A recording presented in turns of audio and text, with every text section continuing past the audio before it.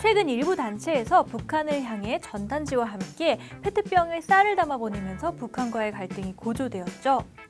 어르신들은 그들대로 선전물에서, 젊은이들은 온라인 커뮤니티에서 북한에 대한 미움을 표출하고 있습니다. 이러한 마음 저변에 공통적으로 흐르고 있는 감정은 혐오. 한반도는 혐오가 자랄 수 있는 최악의 환경이었죠.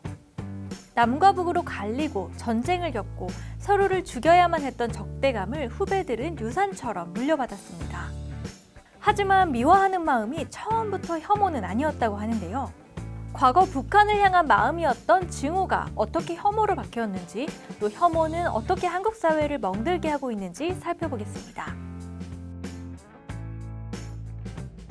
혐오는 우리가 더러운 것을 봤을 때 나는 구역질과 비슷한 감정입니다. 주로 건강에 손상을 입힐 수 있는 더러운 것이나 해충 같은 것을 봤을 때 우리를 보호하기 위해서 자연적으로 느껴지는 감정이죠. 하지만 사람을 대상으로 하는 혐오는 무조건 나쁩니다. 어떤 경우든 사람은 혐오의 대상이 되어서는 안 되는 존엄한 존재이기 때문입니다. 또 한 가지 혐오의 특징은 혐오는 약한 대상에게만 나타납니다. 자기보다 강한 대상에게 느끼는 감정은 혐오보다는 증오와 분노에 가깝습니다. 혐오는 강자와 다수, 우월한 위치에 있는 사람이 약자와 소수, 열등한 존재를 괴롭히고 박해하는 도구로 사용됩니다. 한국 사회에서 혐오는 점점 심해지고 있습니다. 우리나라에서 혐오는 90년대 이후 공동체가 붕괴되고 경쟁이 심해지면서 나타나기 시작합니다.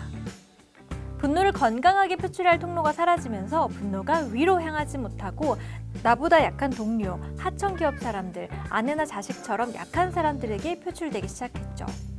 오늘날 한국에는 다양한 혐오 문제가 적체되고 있습니다. 이주민 혐오, 노인 혐오, 여성 혐오, 가난한 사람들을 향한 혐오 등 약자들을 향한 혐오가 계속되고 있죠. 혐오라는 감정을 들여다본 건 오늘날 북한을 대하는 감정 중 혐오가 굉장히 크기 때문입니다. 80년대까지만 해도 한국인들은 북한을 향한 증오와 분노가 더 컸습니다. 북한이 한국을 침략할 수 있다고 생각했고 경제적으로도 경쟁 상대였습니다. 80년대에 이미 무상의료, 교육, 주거 등이 배분되고 있었죠. 그런데 1990년대에 들어 남과 북의 힘이 역전되면서 북한에 대한 감정도 바뀌게 되었습니다. 남과 북의 힘의 관계가 뒤바뀌게 된 것은 사회주의 진영의 붕괴가 가장 컸죠. 북한은 국제사회에서 정치 외교적으로 철저히 고립되었고 결국 90년대에 고난의 행군을 맞으면서 군사적으로나 경제적으로 한국이 더 강해집니다. 90년대부터 북한은 더 이상 한국에게 위협적인 존재가 아니었고 군사적으로도 이길 수 있다는 자신감이 생깁니다. 이때부터 증오가 혐오로 바뀝니다. 과거에는 북한의 무력 침공이 두려웠지만 최근에는 북한이 붕괴하거나 통일이 되면 생기는 경제적 손실을 가장 두려워하고 있습니다.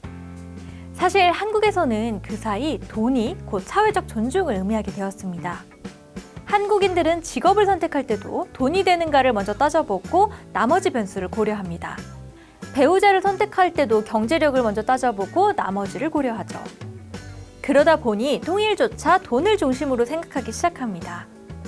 즉, 돈이 되면 통일에 찬성하지만 돈이 안 되면 통일에 반대하는 것이죠. 그러다 보니 마치 북한을 곡간에 쌀을 먹는 쥐처럼 우리의 생존을 위협하는 존재로 인식하게 된 것입니다. 혐오의 근저에 있는 감정은 우월주의입니다. 우월주의는 객관적으로 우월한 것과는 다릅니다.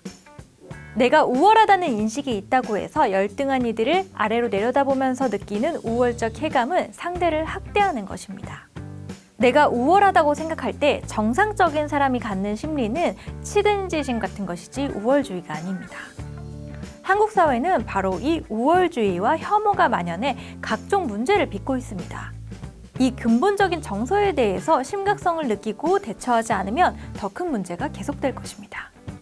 북한과의 관계를 논리나 손익의 문제로 보지 않고 한국 사회가 인간성을 회복하고 서로를 더 사랑할 수 있느냐의 문제로 새로운 논의가 필요한 시점입니다. 혐오 시대 헤쳐가기입니다.